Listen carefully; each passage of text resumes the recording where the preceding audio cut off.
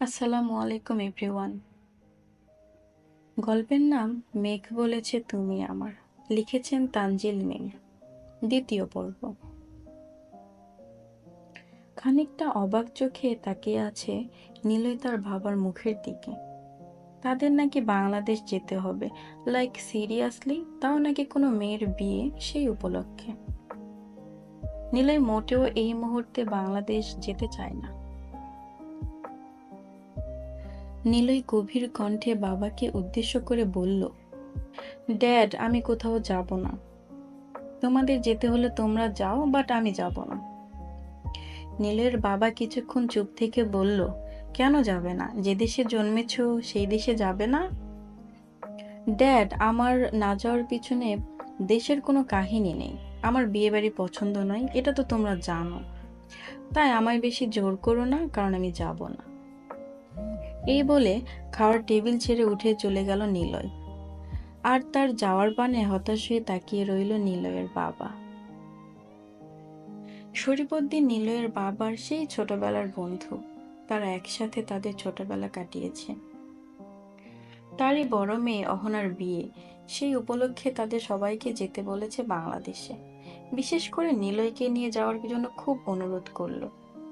ছেলেটার যখন 8 বছর বয়স, তখন তারা বিদেশে মানে আমেরিকায় চলে আসে। নিলয়কে খুব দেখতে চাইছে শরীফউদ্দিন। নিলয়ের বাবা হতাশ হলেন, তার ছেলেটা যেন মানুষ হলো না। নিলয়ের বাবা উঠে গেলেন, আজ আর খেতে ইচ্ছে করছে না। তবে নিলয়ের বাবা এটা ভেবে অবাক হলেন, শরীফের সেই পুচকে মেয়েটা আজ এত বড় হয়ে গিয়েছে যে তাকে বিয়েও দিচ্ছে শরীফ। নিলয় যাক বা না যাক, তারা যাবে। নিলয়ের মা স্বামীর যাওয়ার পানে চেয়ে রইলেন। সে জানেন নিলয়ের বাংলাদেশে না যাওয়ার কথা শুনে খুব কষ্ট পেয়েছেন তার স্বামী। এই নিলয়টাও না সবসময় বাবার অবাধ্য থাকে, যা বলে ঠিক তার উল্টোটা করে। নিজের রুমের তুলতুলে নরম বিছানায় শুয়ে শুয়ে গেম খেলছিল নিলয়। এমন সময় দরজায় নক করলো নিলয়ের মা। মৃদুস্বরে বললেন, নিলয়, আসবো? নিলয় এতে খানিকটা বিরক্ত হলো, কারণ সে জানে তার মা এখন কেন এখানে এসেছে। নিলয় বিরক্ত হয়েই বলল, ইয়েস মম, কাম। নীলের মা ভিতরে ঢুকলেন, হেঁটে গিয়ে বসলেন ছেলের পাশ দিয়ে। বললেন, ঘুমাবি না? আপাতত ঘুম আসছে না মম। নীলের মা কিছুক্ষণ চুপ থাকলেন। কিভাবে কি শুরু করবে বুঝতে পারছে না। যা দেখে নিলয় বলে উঠল, কিছু বলার থাকলে বলে ফেলো মম। তবে হ্যাঁ, যদি বাংলাদেশ যাওয়ার বিষয় নিয়ে কথা বলো তাহলে বলো না, কারণ আমি যাব না। এমন কেন করিস নিলয়? তুই সবসময় তোর বাবার অবাধ্য হোস। তুই জানিস তোর বাবা এই বাংলাদেশ নিয়ে কত সিরিয়াস। তারপর তার ছোটবেলার বন্ধুর মেয়ের বিয়ে, বুঝতেই পারছিস। নিলয় গেম খেলা বন্ধ করলো। মায়ের দিকে তাকিয়ে নরম গলায় বলল, আমি কি তোমাদের যেতে বারণ করেছি মম? তোমরা যাও না, আমায় যেতে হবে কেন? শরীফউদ্দিন খুব করে তোকে নিয়ে যাওয়ার কথা বলেছে নিলয়। না গেলে খারাপ দেখায় না?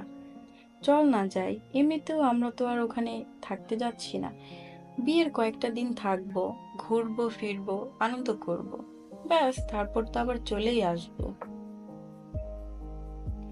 আমার অফিস ছুটি দিবে না মম। 2 সপ্তাহেরই তো ব্যাপার, এত ভাবছিস কেন? মা, আমি বাংলাদেশে যেতে চাই না। কেন যাবি না? সেই ছোটবেলায় সব ছেড়ে ছুড়ে এসেছিস। নিজের ভিটে মাটি বাড়ির কথাও তো মনে নেই মনে হয়। চল, গ্রাম বাংলার ঘ্রাণ নিবি একটু। তুমি খামোখা জেদ করছো মম, আমি যাব না। নিলয়ের মায়ের চোখে পানি চলে আসলো। তাদের ছেলেটা বড্ড খামখেয়ালি হয়ে গিয়েছে, সহজে কারো কথা শুনতে চায় না। মায়ের অবস্থাটা যেন বুঝল নিলয়, কিন্তু তার সত্যি বাংলাদেশে যেতে মন চাইছে না। নিলয় বেশ কিছুক্ষণ চুপ থাকলো, তারপর দীর্ঘশ্বাস ফেলে বলল, ঠিক আছে মম, যাব, কিন্তু শুধুমাত্র 2 সপ্তাহের জন্য। এর বেশি কিন্তু আমি একদিনও থাকবো না। নীলের মা যেন অনেক খুশি হলেন, চোখের পানি মুছতে মুছতে বললেন, তুই সত্যি যাবি নিলয়? মাথা নাড়িয়ে হ্যাঁ বলে নিলয়। তারপর মায়ের চোখের পানি মুছে দিয়ে বলে, মম, আমি তোমাদের অবাধ্য ছেলে নয়, কিন্তু তোমরা সবসময় আমায় যেসব জিনিস করতে বলো যা আমার ভালো লাগে না, কিন্তু এইবার যাও, অপছন্দ লাগলেও আমি তোমার কথা মেনে নিলাম। আর আফজাল হোসেনকে বলবে আর রাগ না করে খাবার খেয়ে নিতে, তার ছেলে যাবে তার বন্ধু মেয়ের বিয়ে খেতে। নিলয়ের মা আফরোজা বেগম খুশি হয়ে ছেলের কপালে চুমু এঁকে বলল, আমার সোনা ছেলে। নিলয় হাসে। নিলয়ের মা চেয়ে থাকেন আর ছেলের হাসির পানে।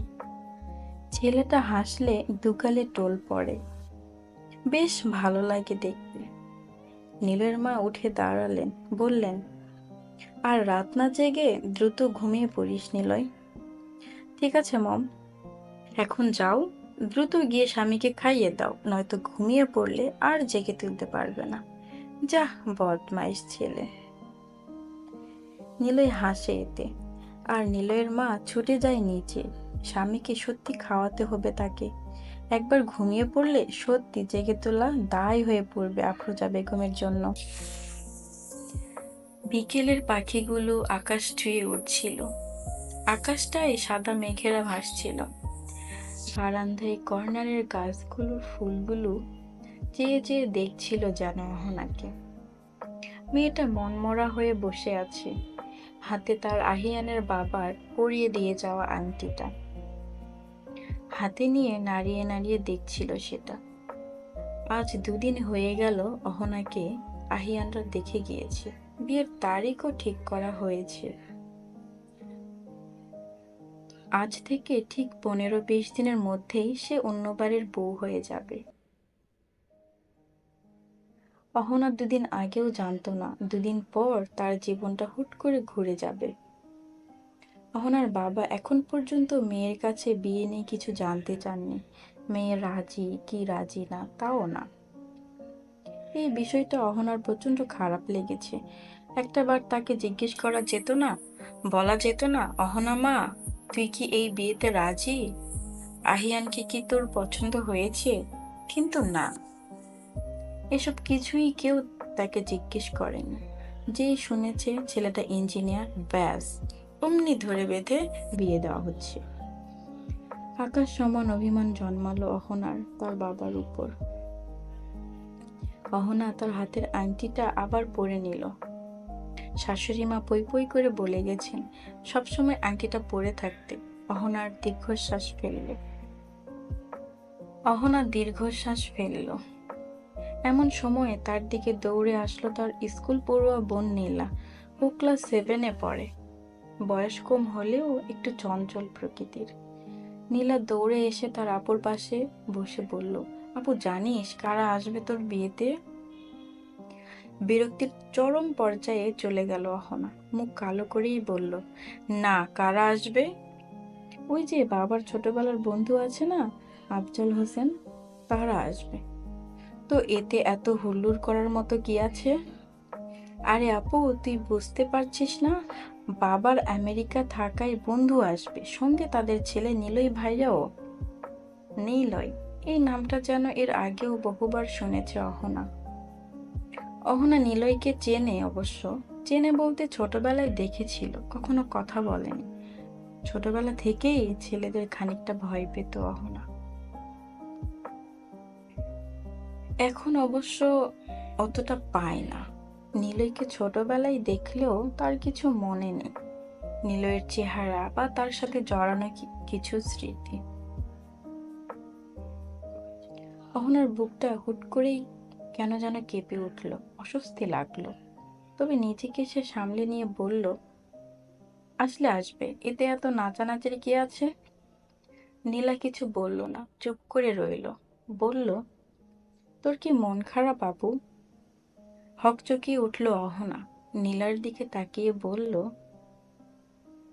মন খারাপ হবে কেন অদ্ভুত কথা বলিস না তো, যা নিচে যা। নীলা শুনলো আর না দাঁড়িয়ে চলে গেল নিচে। সে বুঝেছে তার আপুর মনটা আজ খারাপ।